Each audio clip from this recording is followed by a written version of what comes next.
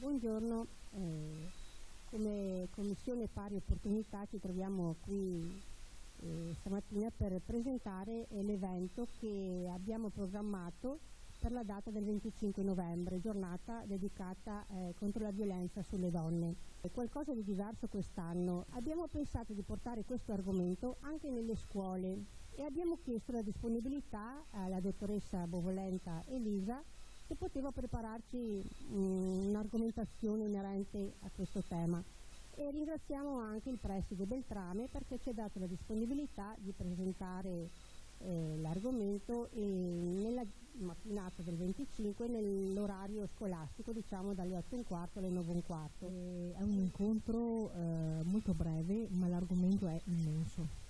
Cercherò di trattare delle parole chiave anche con uno slang giovanile proprio per poter essere interessante ai ragazzi. È importante poter capire cos'è la violenza psicologica e che differenza c'è tra questa e quella fisica.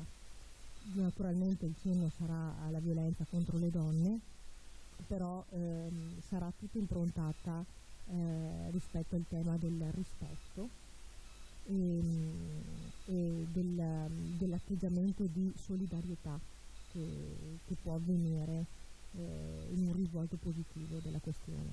E volevo ricordare anche inoltre che come segnale da parte del Comune metteremo 2 bei fiocchi rossi sulle colonne della facciata del Comune e con questo manifesto che ci è stato inviato direttamente dalla Regione Veneto, in ricordo appunto del 25 novembre.